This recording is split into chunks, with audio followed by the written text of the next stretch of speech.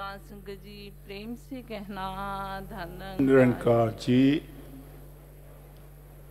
हमें मिले हैं तो हम मोल जान ले इनका। यूं हीरे मोती सभी को नहीं मिला करते। मुझे कौन पूछता था तेरी बंदगी से पहले, मैं बुझा हुआ दिया था तेरी रोशनी से पहले। सासंगत जी, एक आनंदित वातावरण सदगुरु के समक्ष। सासंगत जी, जीवन में सदगुरु का होना अति आवश्यक है। सासंगत जी, कहा भी गया है कि सदगुरु की महिमा अनंत, अनंत किया उपकार, लोचन अनंत उघाड़िया, अनंत दिखावन हार। सासंगत जी, जब तक सदगुरु जीवन में नहीं आते तब तक मुक्ति का द्वार नहीं खुलता। सासंगत जी, हरदेव वाणी में भी हजूर फरमाते हैं, मुक्ति का हकदार वही है, ज्ञान को जो जन जीता है। मुक्ति का हकदार वही है, ज्ञान को जो जन जीता है। और विष का त्याग करके, किस प्रकार के विष का?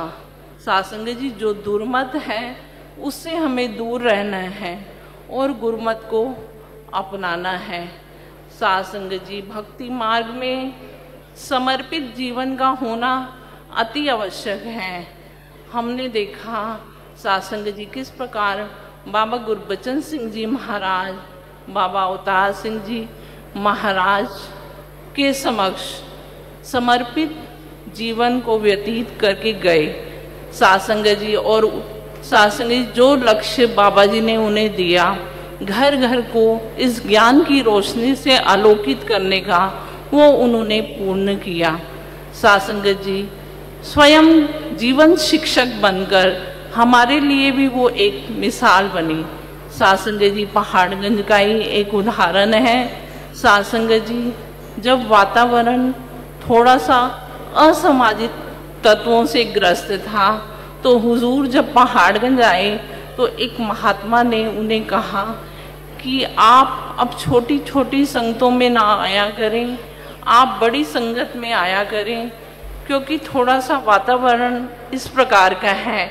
तो हुजूर ने उन्हें उत्तर दिया कि संगत ना कोई छोटी होती है ना कोई बड़ी होती है।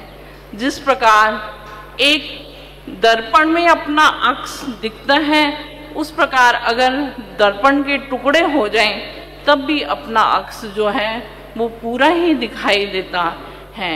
तो संगत का चाहे विस्तृत रूप हो चाहे छोटा रूप हो, अगर हमें अपनी कमियों को पहचानना है तो संगत आना ही पड़ेगा। और संगत का स्वरूप माँ के समान है, और माँ किसी की छोटी नहीं होती, माँ किसी की बड़ी नहीं होती। माँ का दर्जा जो होता है वो सर्वोत्तम होता है। इस प्रकार हुजूर सासंग जी हमारे जीवन के लिए एक जीवन शिक्षक बने। इस प्रकार बाबा हरदेव सिंह जी महाराज का समर्पण भी बाबा गुरबचन सिंह जी महाराज के प्रति इसी प्रकार रहा।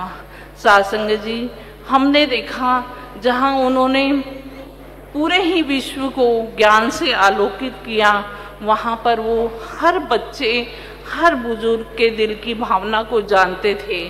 सासंग जी, वो जिस भी क्षेत्र में जाते थे वहीं के सासंग जी वेशभूषा में, सासंग जी पंजाब गए तो पंजाबी वेशभूषा, नेपाल गए तो नेपाली वेशभूषा।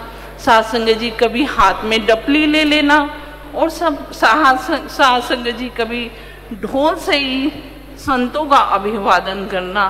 तो सासंग जी, हुजूर ने हर भक्त को प्रसन्न करने का हर प्रयास जो है वो किया। सासंग जी वो पंक्तियाँ भूलती नहीं हैं कि हर पल हर हाल में खुश हैं, रोटी नहीं तो दाल में खुश हूँ। जो समय बीत गया है उसके इंतज़ार में खुश हूँ। सासंग जी, हुजूर की ये पंक्तियाँ हर किसी महात्मा के जीवन के लिए सासंग जी प्रेरणादायी बनी। सासंग जी दासी अपने जीवन का ही उदाहरण देती है। कभी सासंग जी राह चलते ये भी ख्याल किया कि आज हुजूर के दर्शन हो जाएं, तो हुजूर की गाड़ी बिल्कुल समीप आकर रुक जाती थी और सासंग जी सच्चे पातशाह के पूर्ण रूप से दर्शन होते थे। तो सासंग जी आज हुजूर माता जी भी और सासंग जी राजपिता जी भी ये खुशियाँ बांटने सासंग जी जगह जगह, शहर शहर, कोने कोने, बस्ती बस्ती जा रहे हैं। सासंग जी अभी हमारे क्षेत्र को सासंग जी ये रहमतें मिली, ऐसी रहमतें जो सासंग जी अभी तक भुलाई नहीं जा पा रही। तो सासंग जी मैं तो यही कहूँगी कि सद्गुरु की महिमा का वर्णन किया नहीं जा सकता। सासंग जी यही कहूँगी कि किस भाषा में करूँ आज मैं मात तुम्हारा वंदन, शब्द नहीं कर पाते समुचित सम्मान तुम्हारा। तुमने तो पूरा कर दिखलाया गुरु हरदेव का सपना, आज धरा अपनी नभ अपना और संसार है अपना। आज अधर मुस्कान बनी है, कल की रुदन कल्पना, अंगारे बन गए आज तो सुखद मलय गिरी चंदन।